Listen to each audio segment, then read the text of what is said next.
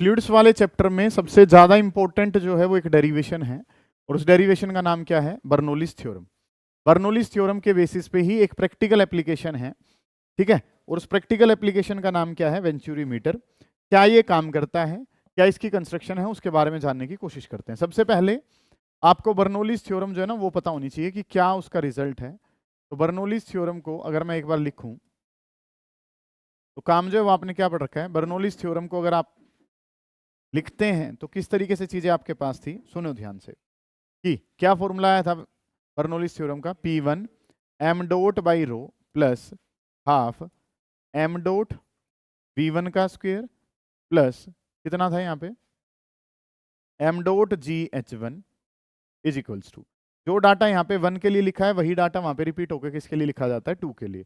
तो P1 m dot by रो है तो इसको क्या लिख लिया? P2 m डॉट और डिवाइडेड बाई कितना हो गया? रो। प्लस अगला जो काम है वो हमारे पास क्या हो गया? हाफ m डॉट और ये क्या हो जाएगा? V2 का square.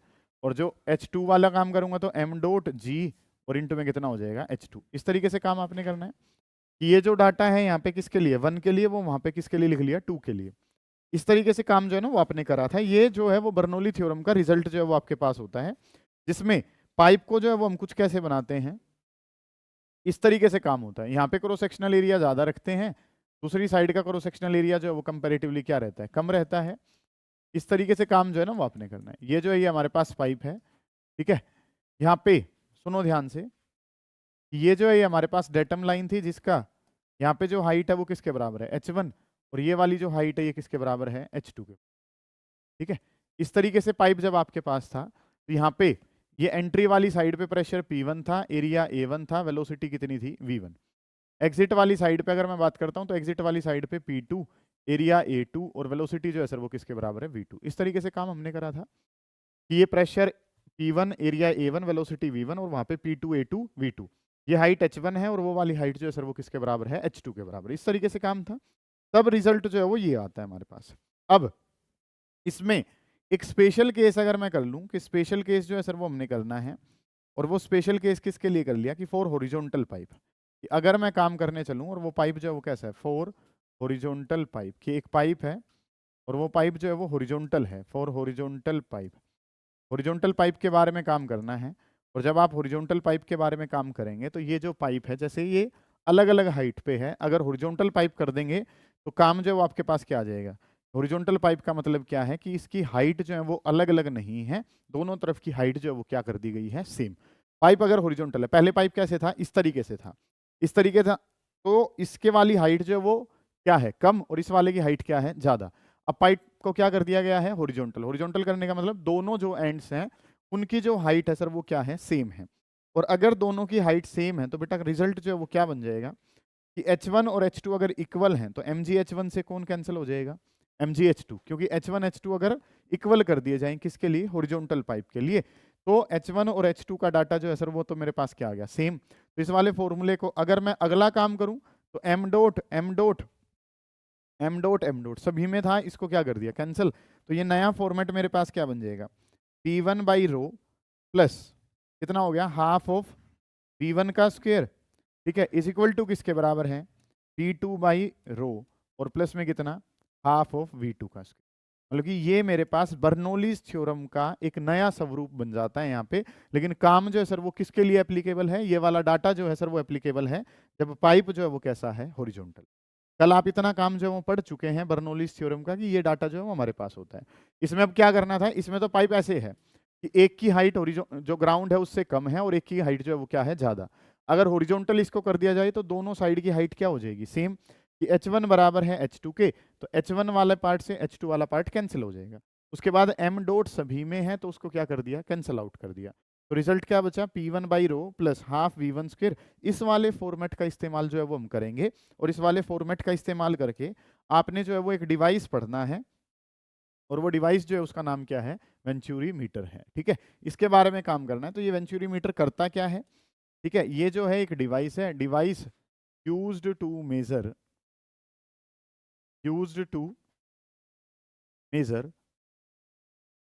Rate of flow, used to measure rate of flow. अब ये रेट ऑफ फ्लो क्या है उसको जानेंगे।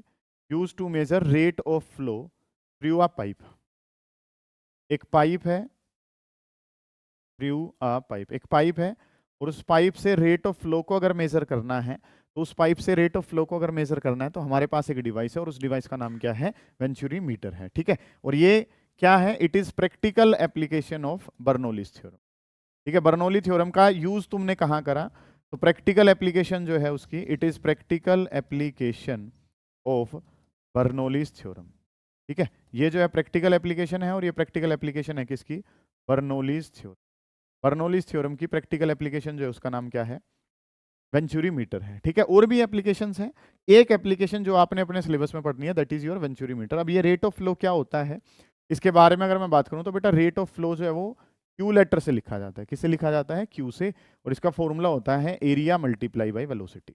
ठीक है, एरिया की मल्टीप्लाई किससे कर दीजिए, वेलोसिटी से, तो एरिया मल्टीप्लाई बाई वेलोसिटी जो है वो क्या कहलाता है, क्यू कहलाता है। अब इसके बारे में काम करना है, वेंचुरी मीटर होता क्या है उसको जानने की कोशिश करें। इस तरीके से इसकी जो है वर्किंग है, एक पाइप टाइप अरेंजमेंट जो है वो ली, और ये जो अरेंजमेंट है ये इस तरीके से, कहीं पे एरिया जो है इसका कम है और कहीं पे एरिया क्या है ज़्यादा। यहाँ पे एरिया जो है वो कितना मान लिया A1, और यहाँ से जो वेलोसिटी है, प्रेशर कितना है P1, और वेलोसिटी जो है वो किसके बराबर है, V1 के। ठीक है, एक सेगमेंट जो है वो छोटा सा कम हो जाता है। ठीक है, इस तरीके से डिवाइस है।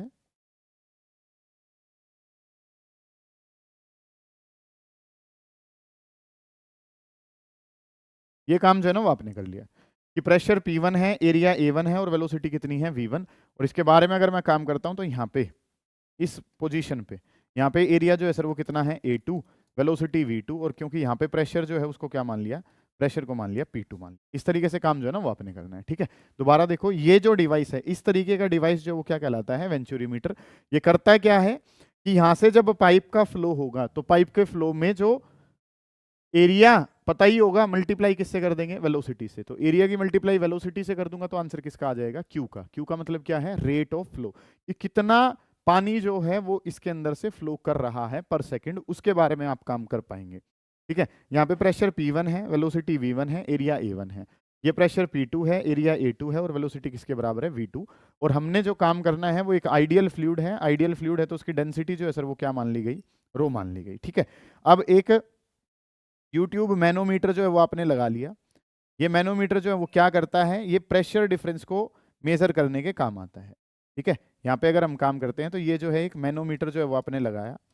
ठीक है, ये जो डिवाइस है, जो ये नीचे करके डिवाइस लगाया है, ये क्या करता है, हाइट की टर्म में प्रेशर डिफरेंस को मेजर करने का काम करता है। अब तक की जो बातें बताई हैं उनको एक बार ध्यान से समझो।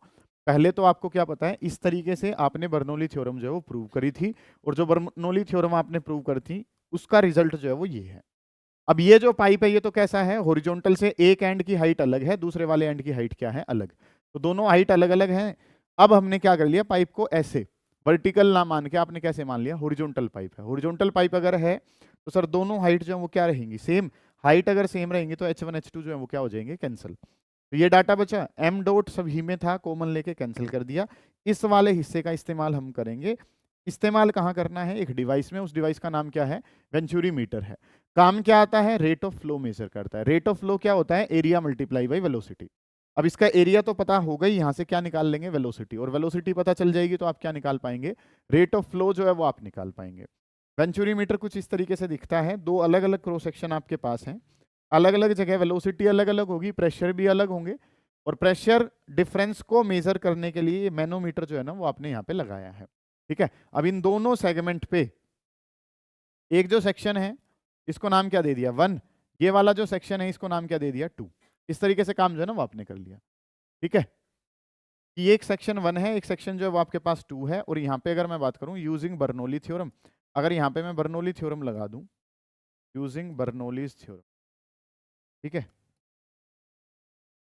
बर्नौलीज थ्योरम अगर आपने लगाई तो कौन से वाली लगानी है, हॉरिजॉन्टल पाइप वाली लगानी है। क्या फॉर्मूला था, P1 by rho plus half V1 का स्क्वायर इज इक्वल्स टू किसके बराबर है, P2 बाई रो। ठीक है, प्लस ये कितना हो जाएगा, हाफ, और इनटू में कितना, V2 का स्क्वायर। इस तरीके से काम करना है। अब कौन सी जगह प्रेशर ज्यादा होगा, 1 वाली, क्योंकि फ्लो इस तरफ जा रहा है। ठीक है, तो P1 माइनस P2, 1, ये काम कर लेते हैं कि P1 बाई रो माइनस कितना, P2 by rho is equal to किसके बराबर है, हाफ V2 का स्क्वायर माइनस में हाफ v1 का स्क्वायर। इस तरीके से काम कर लिया। ये वैल्यू यहाँ पे प्लस में है, उस तरफ जाके किसकी हो जाएगी, माइनस की। यहाँ पे रो जो है अगर मैं बात करता हूँ तो P1 माइनस P2 मैं लिख लेता हूँ, और P1 माइनस P2 अगर मैंने लिख लिया तो P1 माइनस P2 जो है डिवाइड बाई रो लिख लो बेशक से, हाफ इनमें से कॉमन लूंगा तो ये क्या बन जाएगा, v2 स्क्वायर, और माइनस में कितना हो जाएगा, v1 का। इतना काम जो है ना वो आपने करना है। दोबारा देख लो, ध्यान से समझो कि कंसेप्ट जो है वो इस तरीके से है। किसके ऊपर बेस्ड डिवाइस है, बर्नौली थ्योरम। काम क्या आता है, रेट ऑफ फ्लो मेजर करता है। रेट ऑफ फ्लो क्या होता है, एरिया मल्टीप्लाई बाई वेलोसिटी। फिर करना क्या है, बर्नौली थ्योरम का इस्तेमाल करा, प्रेशर वाले एक तरफ करे, वेलोसिटी वाले एक तरफ, अभी कॉमन लिया है, इतना सा काम करा है। एक बार इसको पढ़ें, उतारने की कोशिश करें, कोई दिक्कत आ रही है उसे पूछें, बताएं। अब काम जो है वो क्या करना है, आपका जो प्रोसेस है वो क्या चलना चाहिए, सुनो ध्यान से कि सर हमें रेट ऑफ फ्लो बताना है। और रेट ऑफ फ्लो जो है वो क्या होता है सर, एरिया इंटू वेलोसिटी होता है।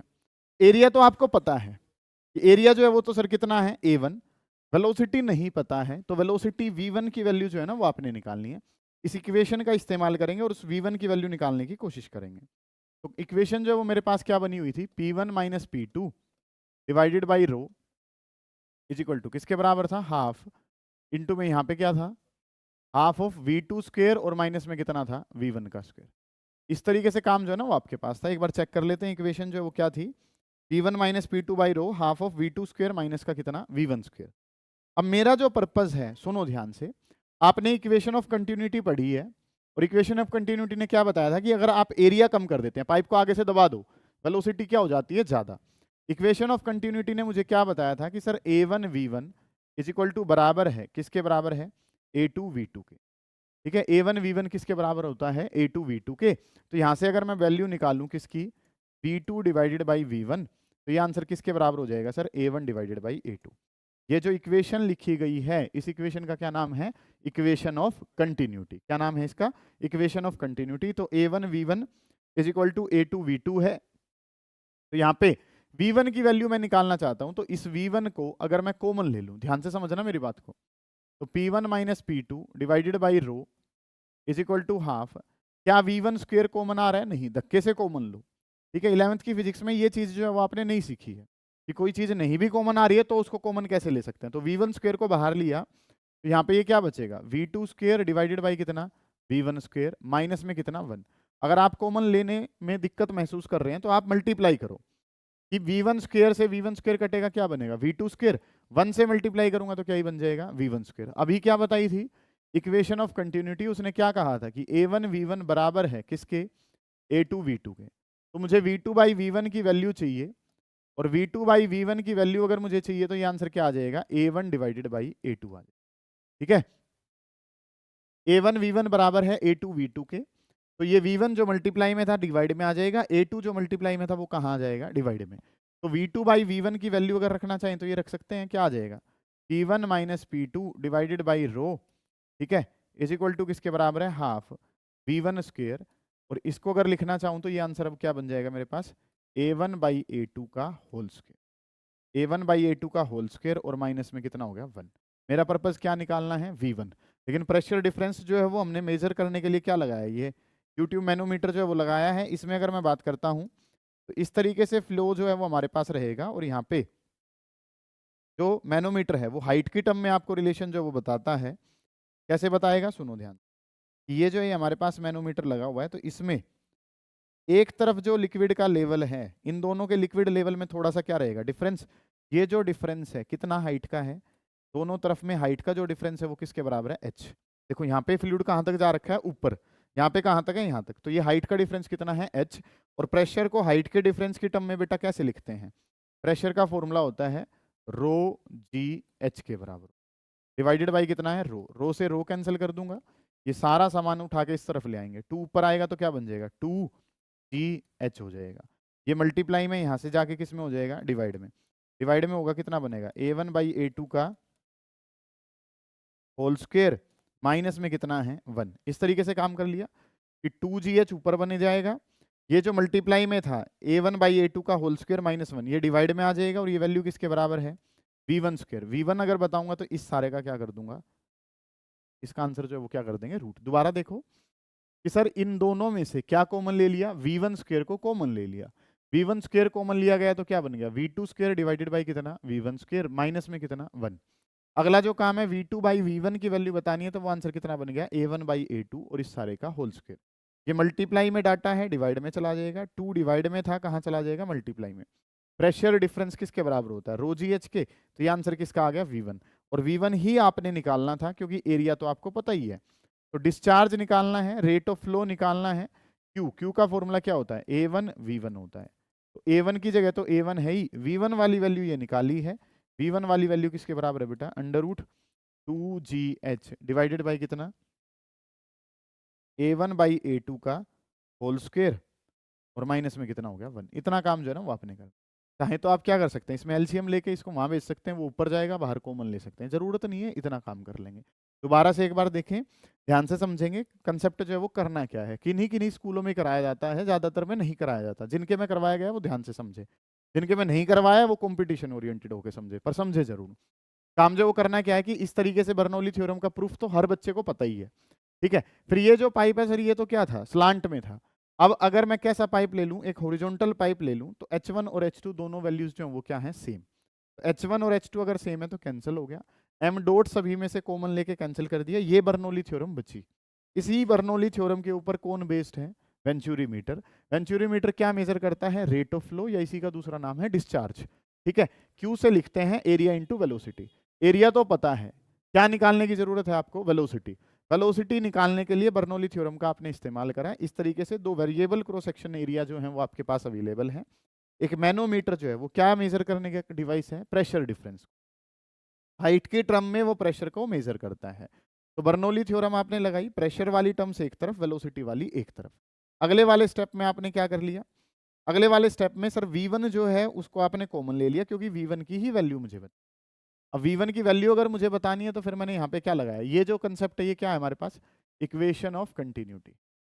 ये जो कंसेप्ट है ये क्या है कि एरिया इंटू वेलोसिटी की मल्टीप्लाई हमेशा क्या रहती है, सेम। इक्वेशन ऑफ कंटिन्यूटी लगाई, जिसने क्या कहा कि a1 v1 बराबर है किसके, a2 v2 के। तो v2 बाई v1 बताना है तो क्या आ जाएगा, a1 बाई a2। ये वैल्यू उठाऊंगा, यहाँ से v1 स्क्वायर जो कॉमन लिया था उसकी जगह ये वैल्यू रख दूंगा, ठीक है। प्रेशर डिफरेंस किसके बराबर होता है, रो जी एच, रो से रो गया, 2 ऊपर चला जाएगा, ये मल्टीप्लाई से कहाँ चला जाएगा, डिवाइड में। v1 बताना है तो इसका क्या कर देंगे, रूट। v1 आ गया, एरिया से मल्टीप्लाई कर दो, आंसर किसका आ जाएगा, डिस्चार्ज का। इतना काम उतार लो, कोई दिक्कत आ रही है उसे पूछ लो, करें बेटे, शाबाश। नेक्स्ट जो टॉपिक है that is your Stokes law, ठीक है। टर्मिनल वेलोसिटी वगैरह बताने में इसका इस्तेमाल करा जाता है, सुने ध्यान से। स्टोक्स लॉ जो है वो क्या कहता है,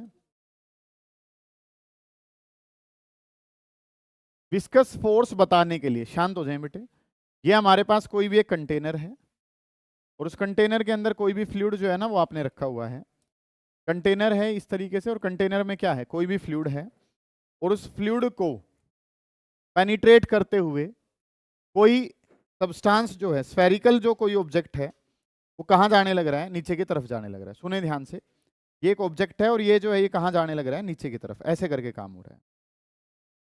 एक कंटेनर है, कंटेनर में क्या लिख रखा है, कोई फ्लूइड जो है वो आपने लिया हुआ है, ये एक सब्सटेंस है, ये कोई भी एक बॉडी है, और उस बॉडी की जो रेडियस है वो किसके बराबर है, r, और ये किसी वेलोसिटी v से कहाँ जाने लग रही है, नीचे, ठीक है। अब आपको क्या पता है, जब ये नीचे की तरफ जाएंगी तो लिक्विड लेयर्स जो है इसको क्या करेंगी, अपोज, और अपोज कर रही हैं किस कोफिशिएंट ऑफ विस्कोसिटी से, ईटा से।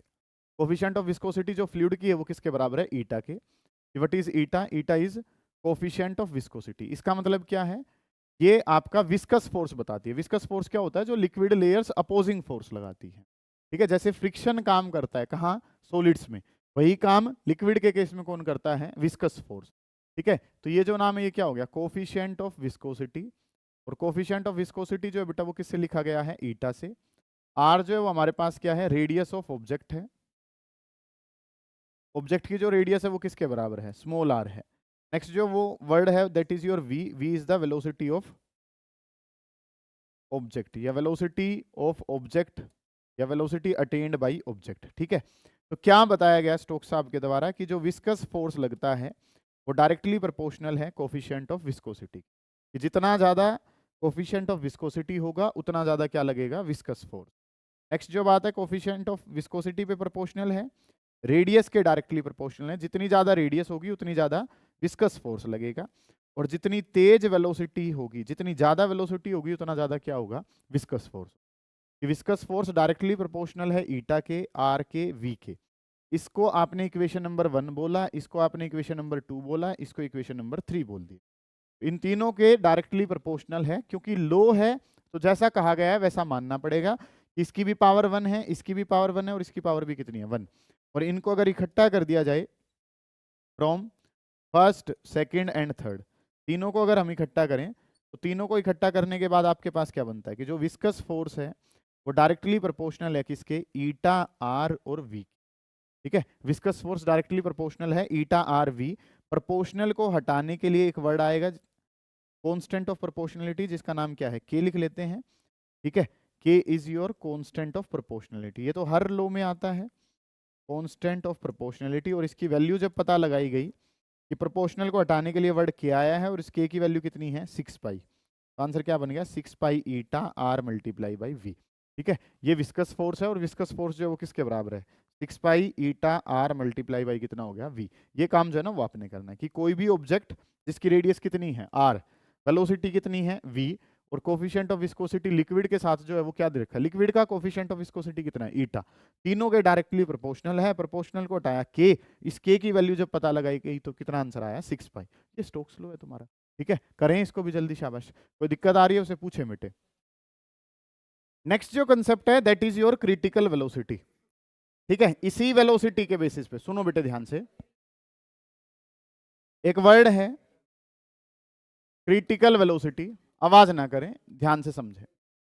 तो टाइप्स ऑफ फ्लो में हम एक काम पढ़ते हैं, बीसी से हम इसको लिखते हैं।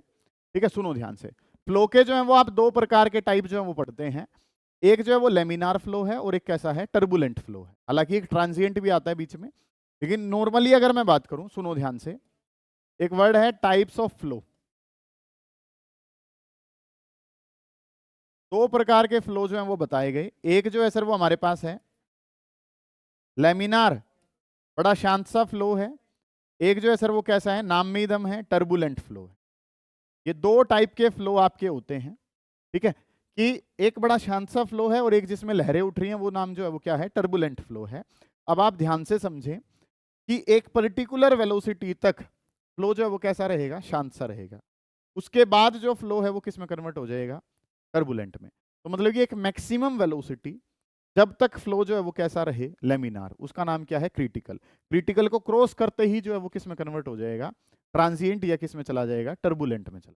ठीक है, मतलब फ्लो हो रहा है, कोई भी लिक्विड जो है वो फ्लो कर रहा है, जब तक उसकी वेलोसिटी एक लिमिट तक है तब तक वो क्या है, लेमिनार। उस लिमिट को क्रॉस करगी तो वो कैसा हो जाता है, टर्बुलेंट हो जाता है। तो उस मैक्सिमम वेलोसिटी को क्या नाम दिया जाता है, क्रिटिकल वेलोसिटी। क्या नाम दिया गया है, क्रिटिकल वेलोसिटी। तो इट इज मैक्सिमम वेलोसिटी, ये क्या है, मैक्सिमम वेलोसिटी है। It is maximum velocity of a flow of a liquid up to which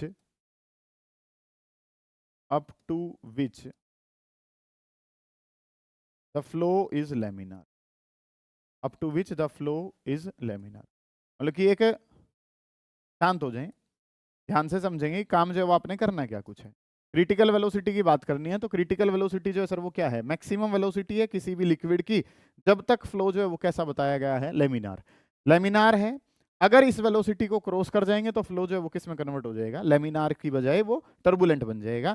क्योंकि फ्लो को लेमिनार और टर्बुलेंट बताने के लिए हमारे पास एक नंबर है, that is your Reynolds number, और इसका फॉर्मूला होता है रो वेलोसिटी डी और डिवाइडेड बाई कितना, ईटा। ये फॉर्मूला होता है। तो आपको क्या पता है कि अगर आप वेलोसिटी बढ़ाते हैं, क्या बढ़ा दी, वेलोसिटी, तो क्या बढ़ जाएगा, रेनॉल्ड नंबर। और आपको ये भी नॉलेज है कि जब तक रेनॉल्ड नंबर कितना है, 2000 से कम है, तो फ्लो कैसा होता है, लेमिनार।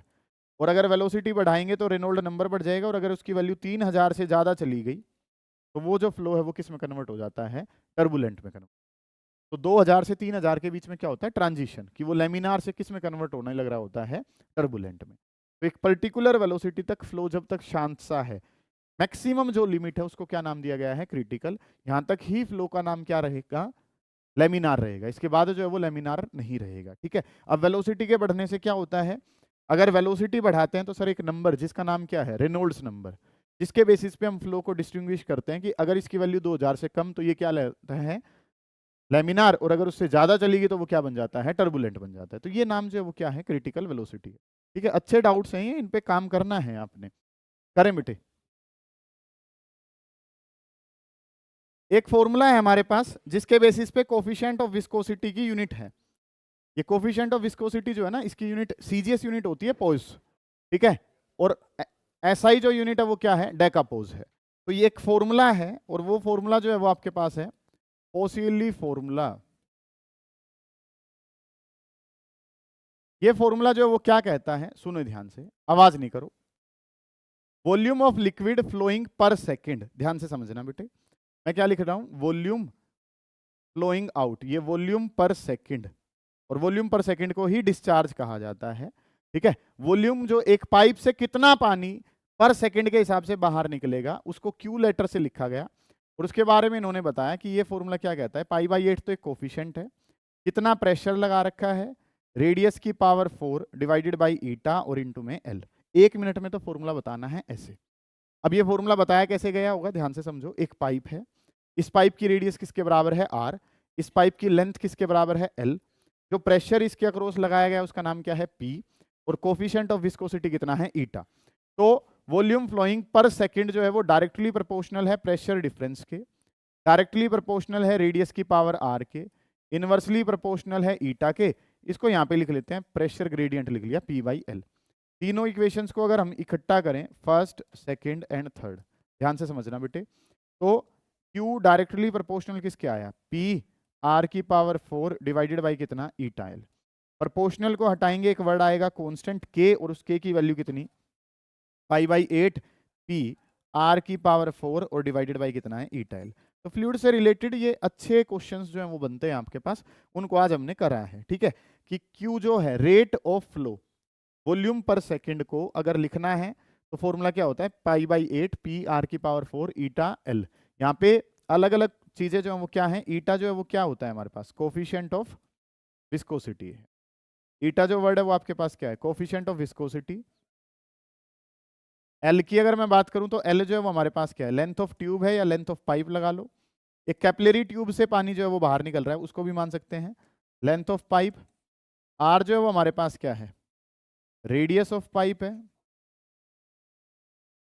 और अगर मैं बात करूं तो P, pressure difference applied across and, pressure difference across its ends. ये काम जो है ना वो आपने बना, इतना काम जो है ना सर वो हमारे पास बनता है, इतना सा काम करना है बस आपने। ठीक है, निपटा लेंगे इसको, कोई दिक्कत आएगी पूछेंगे।